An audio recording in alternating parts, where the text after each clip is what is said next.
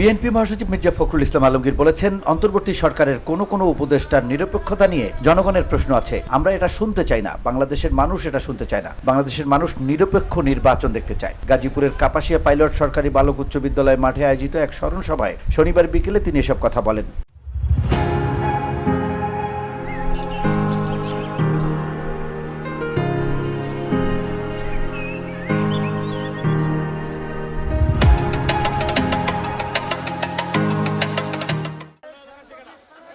প্রয়াত বিএনপি নেতা হান্নান শাহর নবম মৃত্যুবার্ষিকী উপলক্ষে এই স্মরণ সভার আয়োজন করা হয়। মির্জা ফখরুল বলেন, আজকে আমাদের একমাত্র কথা দেশে গণতন্ত্র ফেরাতে চাই। আমরা একটি নির্বাচিত পার্লামেন্ট চাই, একটি নিরপেক্ষ নির্বাচনের মধ্য দিয়ে সেটা হতে হবে।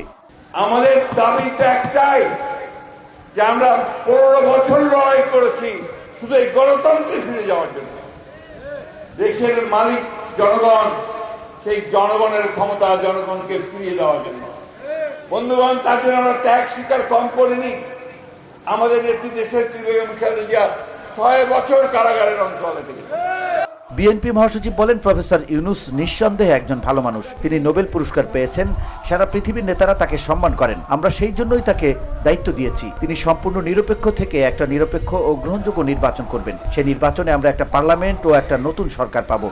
খুব পরিষ্কার করে বলে দিতে চাই এই সরকারকে, এই অন্তর্বর্তী সরকারকে, যে আপনি শতভাগ নিরপেক্ষ থাকবেন। আপনার উপদেষ্টা মণ্ডলীর সদস্যদের মধ্যে কেউ কোনো দলের জন্য পক্ষপাতিত্ব করছেন বলে বিভিন্ন জায়গায় অভিযোগ আসছে। আমরা এটা শুনতে চাই না। বাংলাদেশের মানুষ এটা শুনতে চায়। বাংলাদেশের মানুষ সম্পূর্ণ নিরপেক্ষতা চায় এবং নিরপেক্ষ নির্বাচন চায়। মির্জা ফখরুল আরো বলেন, কিছু মানুষ নির্বাচন ব্যাহত করার চেষ্টা করছে। আগেও অনেক চেষ্টা হয়েছে। এরপরে লন্ডনে একটা বৈঠক হয়েছে। সেই বৈঠকে আমাদের নেতা তারেক রহমানের সঙ্গে প্রধান উপদেষ্টার একটি বৈঠক হয়েছে। সেই বৈঠকে সিদ্ধান্ত হয়েছে আগামী বছর ফেব্রুয়ারি মাসে, অর্থাৎ আর 4 মাস পর একটা নির্বাচন হবে। আজকে কিছু মানুষ চেষ্টা করছে নির্বাচনকে ব্যাহত করবার। আপনারা জানেন যে অনেক চেষ্টা হয়েছে আগে। এরপরে লন্ডনে একটা বৈঠক হয়েছে। সেই বৈঠকে আমাদের নেতা তারেক রহমান সাহেবের সঙ্গে উপদেষ্টা মন্ডলীর প্রধান প্রফেসর ইউনূসের সঙ্গে একটা বৈঠক হয়েছে। সেই বৈঠকে নির্ধারণ হয়েছে যে আগামী বছর 26-এ, অর্থাৎ আর 4 মাস পর একটা নির্বাচন হবে।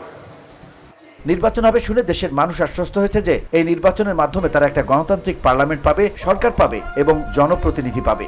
এই নির্বাচন হবে শুনে দেশের মানুষ আশ্বস্ত হয়েছে যে এই নির্বাচনের মধ্য দিয়ে তারা একটা গণতান্ত্রিক পার্লামেন্ট পাবে, গণতান্ত্রিক সরকার পাবে। VOD Bangla news desk.